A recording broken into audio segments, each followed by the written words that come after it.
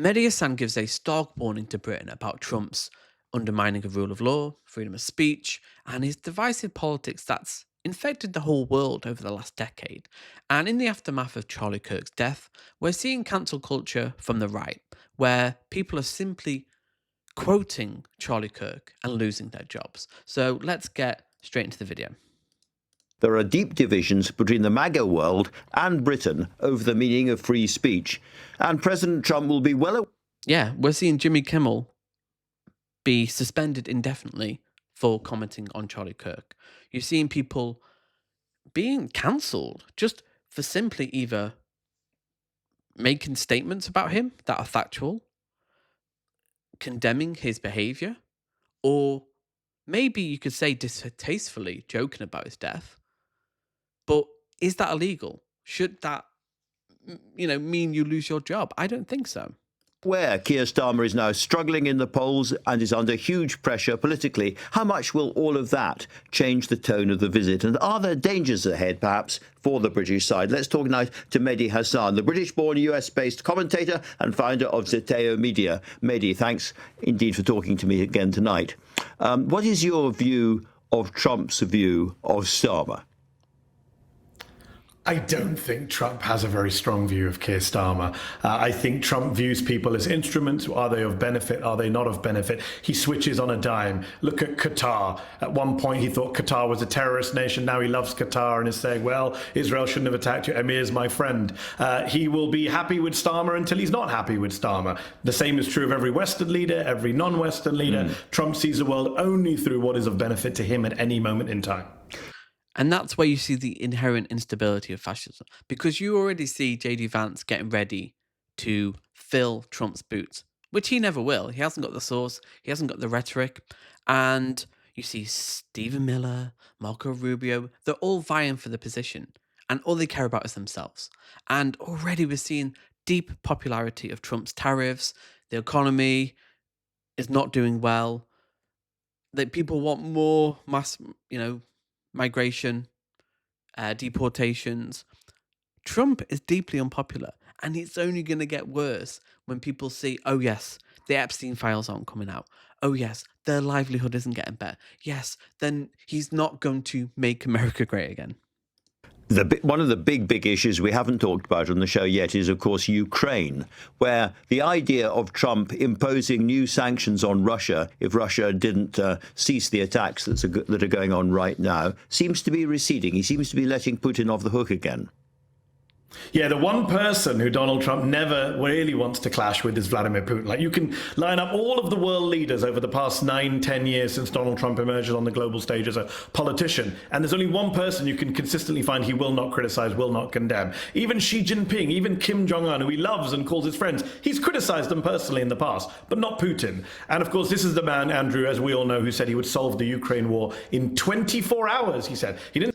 I spoke to people, Trump supporters, in the lead up to the election, and they were like, oh, I don't agree with everything he says. He's not a good guy, but he's going to, end the Ukraine war.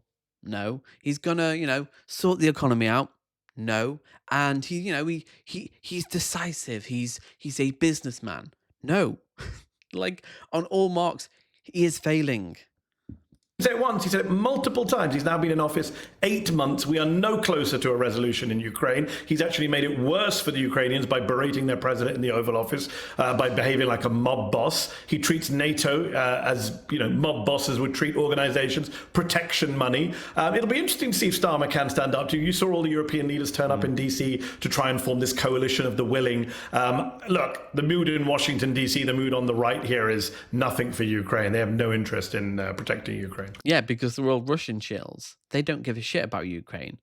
They may virtue signal to it, but they're all in the pocket. All the far right are in the pocket of Russia or like Israel. Like, they're all grifters. And Mehdi, you are a very well-known figure now on the left of American politics. How concerned are you about what President Trump has said in the aftermath of the Charlie Kirk assassination about the quotes, terrorism quotes, of Antifa and parts of the left in America? It does appear that something quite hardline is coming. Andrew, after a national tragedy, after someone is murdered for their views, and we all condemn the killing of Charlie Kirk, whatever our views of him were, you expect a national leader to bring the country together, like a Barack Obama, like a Joe Biden, even George W. Bush, not a man I'm fond of, after 9/11. Bring the country together, unite, don't say more incendiary stuff, don't throw petrol on the fire. That is Yeah, you're hearing kind of like more condemnation of the left and their response to Donald Trump, who's in power, who has influence, who could bring people together, who could, calm things down. But he's inflaming them. He has more of a responsibility to actually go out there and say, right, we need to all calm down, just slow down. We need to come together. But he's not doing that. He's inflaming it. what Donald Trump has done for the past week. In fact, just before I came on air, Andrew, I saw him this morning talking to an Australian reporter who he told to be quiet, and then he told an American reporter at ABC News, we may investigate you. The DOJ may investigate your news organization because you say mean. And what do they say about this when he says they're going to come after journalists, suing New York Times for $15 billion for simply telling the truth about Trump? They never talk about it. And this is where you will see a backlash towards the right.